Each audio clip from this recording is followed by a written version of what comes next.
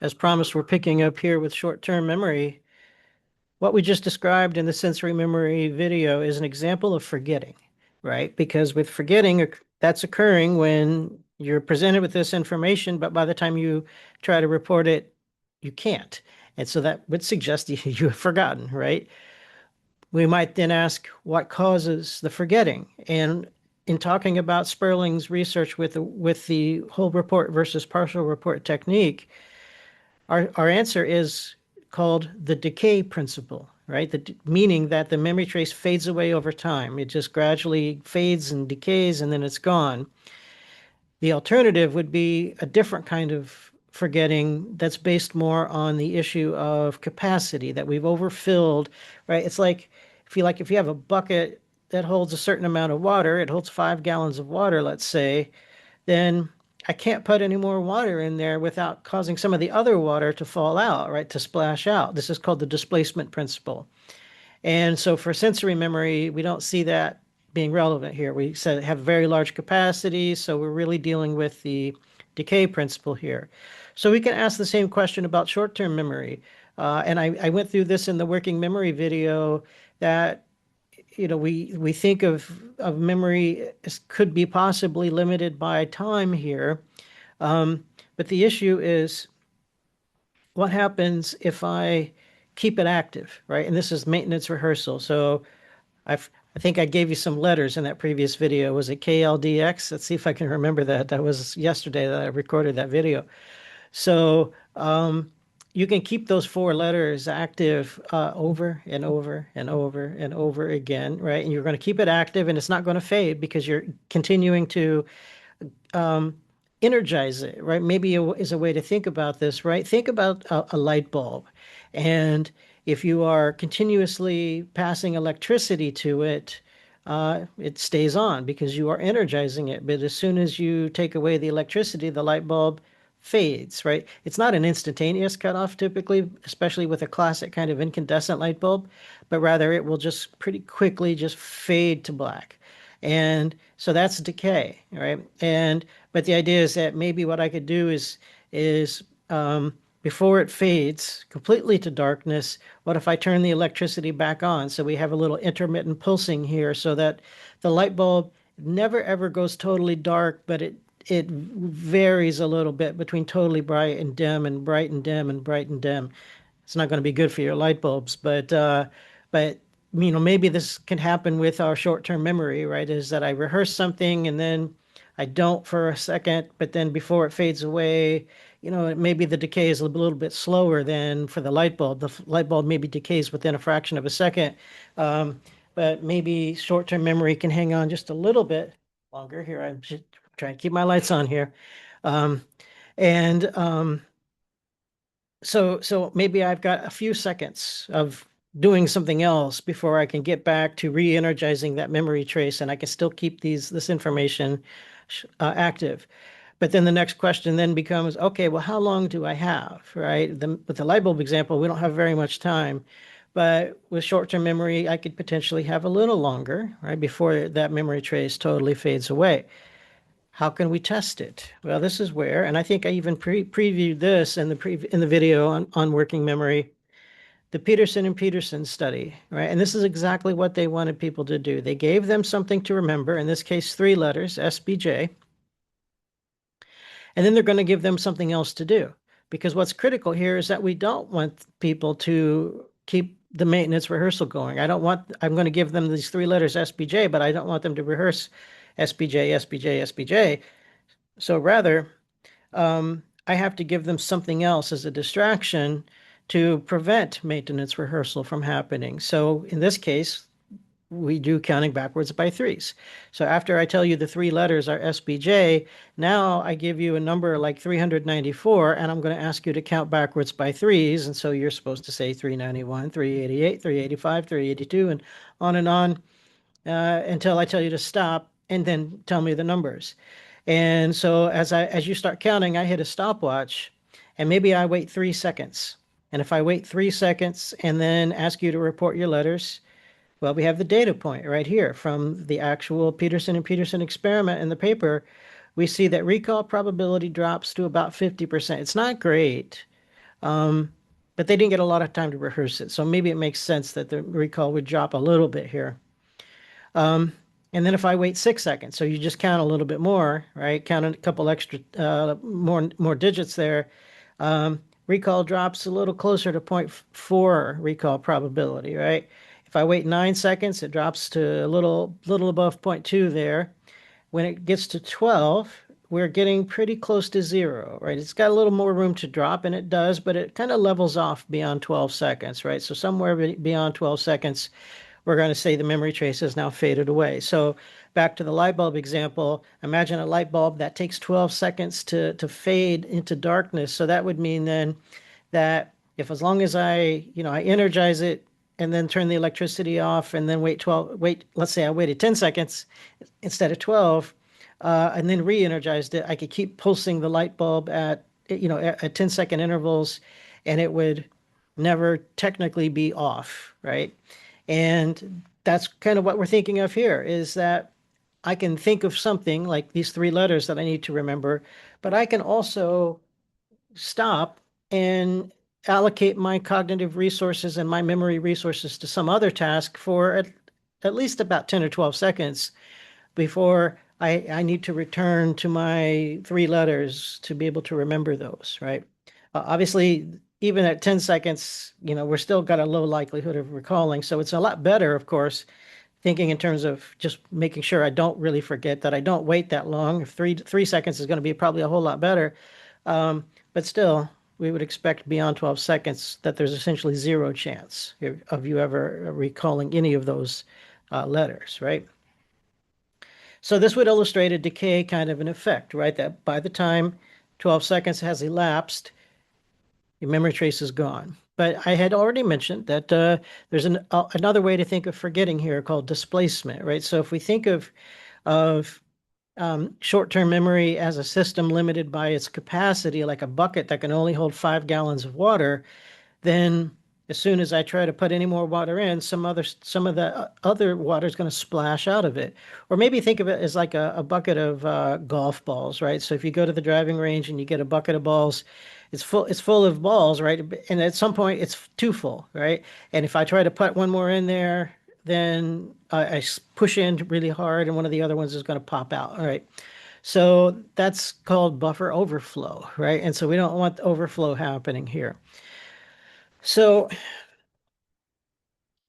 technically, we might also think about overwriting, right? So what happens is that in order to make room for the new information, I have to delete old information so I can write something new. This happens um, like I think in RAM is the way to think about this in a computer, is that you have a memory trace stored there, but in order to make room for something new, we're going to delete the old memory trace and replace it with this new one, right? And that's called overwriting. So, why do we think that this could be a possible valid explanation for short-term memory? Because of that Miller magic number 7 business that we have also mentioned previously, right? This idea of short-term memory being limited to 7 plus or minus 2 would suggest a capacity limited system, not necessarily a time delimited system. So what we need to do is we need to do something clever like Sperling did with sensory memory, but we need a clever way to dissociate time from capacity as explanations for forgetting. The Peterson and Peterson study suggested time, 12 seconds, but it's important to realize that during the 12 seconds, people aren't just doing nothing, they're counting backwards by three. And therefore, all of those three-digit numbers that they're counting are using up spaces in their short-term memory system, and that could then suggest that rather than just time being the explanation, it's just this counting task and keeping those numbers running through your short-term memory system that is filling up the system and then forcing some sort of displacement or overwriting of the three letters that you're supposed to remember, right? So how do we do it? Right. Well, let's take a look at this little demo that I have here. So let's say we're going to present to you some letters to remember. And it's going to be a long list here, right? So we have 7 letters, R, D, Q, L, T, H, J, right? So, okay, that's going to be right at the upper limits of our what's called our digit span, in this case, letter span, right? How many items can I remember? So if we are limited to 7, back here. What happens if something new comes in, right? Something new comes in, I have to kick out one of the old letters. So I make room for the B, but I have to kick out the J, right? That's one way to illustrate it. So here we see we're 6 years after the Peterson study. Waugh and Norman come up with this idea. They call it the probe digit procedure, where you're going to hear numbers, right? So we'll refer to your digit span here. So you are hearing a list, a pre-recorded list of numbers. You hear 70841609553724778. It's a lot of numbers. You cannot remember all of them, obviously. But there's going to be an important event that happens, which is after this last 8 here on the right has been presented, there's a tone. I don't know if you heard that through the video, but it was like a laser or something. I didn't think it used to be programmed like that, but okay, caught me off guard. What's the point of this, right? So the tone is meant to be a signal for you now, right? It's a cue for you to do something. And so what is it you're supposed to do? Well, you have to pay attention to what was the number that happened just before the tone, which was the 8, right? Um, and now what you do is you have to recall the previous time that number was presented in this list, which was the number 8 presented way, way back at the beginning of the list. And then your task is to recall, so that's the probe, right? Your task is to recall the number after the probe, which is the 4, right? You can imagine that this is practically impossible. And of course, yeah, right? You're not going to remember the 4. But then the question, though, is why do you not remember the 4? Is it because of how much time has gone by between the first time that 4 was presented and the tone happening after our second 8? Or is it because of the total number of digits that were intervening between the 4 and the tone? And that's the question, right? So you got to recall the 4, right? And well, I guess I could have went to this little note here. So two things have happened between the 4 and the tone, right? Time has passed, but also more information has been presented. One of those two things is going to explain forgetting, but that's the $1,000,000 question, right? Or however much this research cost to do back then. So we want to answer that question. Which was the real cause of the forgetting, the time or the additional information? If it's time, that's going to support our decay principle explanation. If it is displacement, it's going to support the, or if it's the additional digits, it will support the displacement principle, right? So because these two things are confounded with each other, right? Classic research methods problem, right? Both of these two variables perfectly covary with each other. Every time you add an extra digit to the list, it makes the list longer, so you have more information, but it also takes a little more time to present that information, so you also have more time. And so what we need to do is dissociate them. How? With slow and fast rates of presentation, right? So let's break this out here. With the slow rate of presentation, the digits are presented 1 digit per second. So as the digits go by, that should have lined up better. It used to line up perfectly with the numbers here. 1 digit per second. To go from the 4 to the tone, there's 12 digits there. Count them, but so if they're presented once per second, it would take 12 seconds. That's the critical value, right? Because what we already saw from Peterson and Peterson is that once you get to 12 seconds, your chance of recall drops pretty much to 0. So we would predict, of course, that from the decay perspective, 12 seconds have gone by, you're not going to remember the 4, right? But what about the fast rate of presentation, right? In the fast rate of presentation, we are presenting them 3 digits per second. No, sorry, it's 4 digits per second, right? 4 digits per second. So now only because there's 12 digits there, it only takes 3 seconds before we get to the tone, right? So it's 1609553724778. Pretty fast, right? So it only takes 3 seconds to get through all of those 12 numbers. And of course, what does the Peterson and Peterson data tell us? That after 3 seconds, there's closer to a 50% chance of recalling the targeted number, which is the 4. But on the other hand, the displacement principle still would say it doesn't matter, right? It doesn't matter whether it's fast or slow presentation.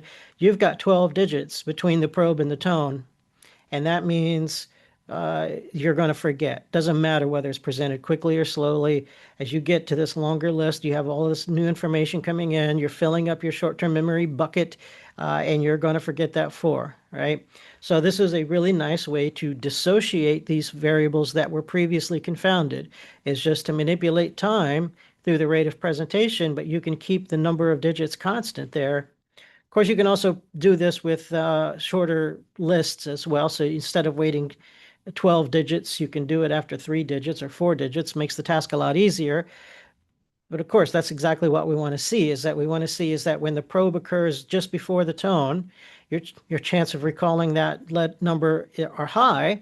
But when the probe and the tone are further apart, we would expect a decline in performance. But what we want to know is it the time, or is it the total number of digits? And so the slow versus fast rate of presentation allows us to see that. Here's their data.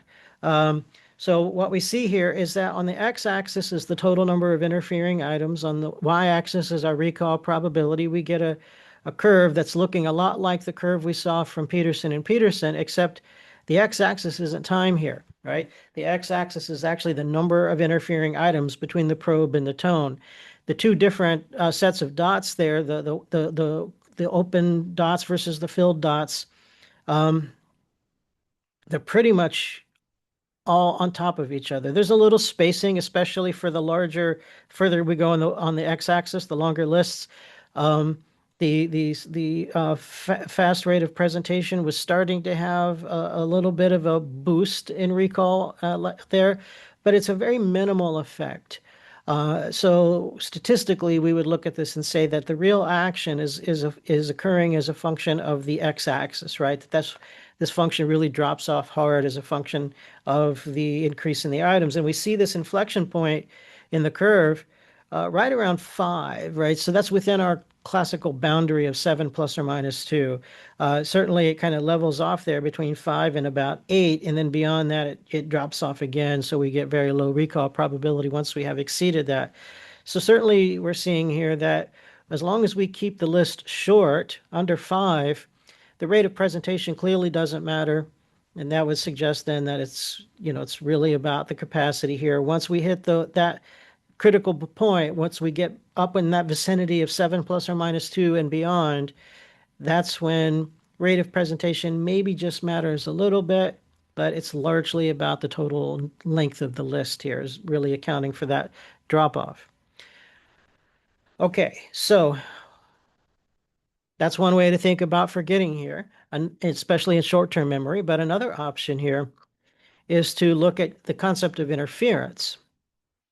So, if you've ever had to try to memorize a long list of letters or words or anything, I remember a grocery list, right? So you have a list of things you need to get at the store, and instead of writing it down, you think, I can remember all of that. And so you're going to try to rehearse this to yourself and remember these things. But if there's like 12 of the things you're supposed to get, it's going to be hard to remember, right? So what happens is that as you try to rehearse these things to yourself, the words at the beginning of the list kind of get rehearsed quite a bit, right? And you're going to start being able to repeat those over and over again. And we're going to discover that you're going to be much more likely to remember the words from the beginning of the list. And this is called the primacy effect. Also, the words presented at the end of the list. So let's put it this way, right? So you're at home, your spouse, your roommate, somebody says, "Hey, are you going to the store? If so, can you please get me blank, blank, blank, blank, blank, blank, blank," right? So you got 8, 9, 10, 12 things I want you to get. And they just kind of read them off to you, and you're going to try to remember all of that, right? So as they're telling you this list, you're rehearsing, oh, okay, you want this, this, this. So you're going to get that primacy effect, right? You're going to rehearse those items from the beginning of the list a few times over and over again. You're also going to get a recency effect because the words that were presented at the end of the list, those were most recently the ones that they said, so they have not faded away. So you're going to have a greater chance of recalling those too.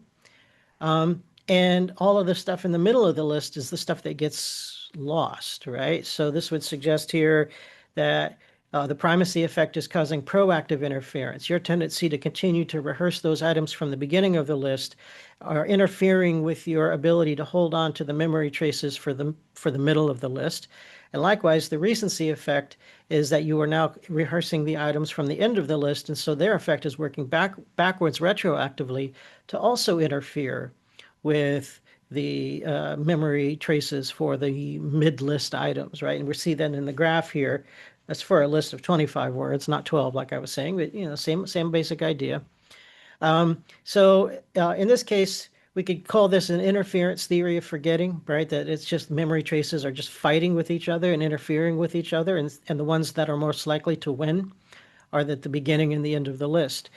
We could also maybe reinterpret this as a way of talking about the displacement principle by suggesting that one thing I didn't say before is that if you have a bucket of golf balls and you're kind of going to shove one in there, which one gets knocked out? And it might just be, in this case, something, it's a rule for determining which ones get lost, and it's the ones in the middle. But the interference explanation is perhaps a slightly preferred interpretation. So 3 possibilities here for forgetting, right? The next thing we need to get into then is, again, referring back to the Atkinson and Shiffrin ideas to talk about long-term memory. And we want to talk about the characteristics of long-term memory. We want to talk about the encoding and also the retrieval. But as I said before, I want to try to keep these videos at manageable durations. So I think this is the manageable duration for us at this point. So I'll stop it here and see you next time.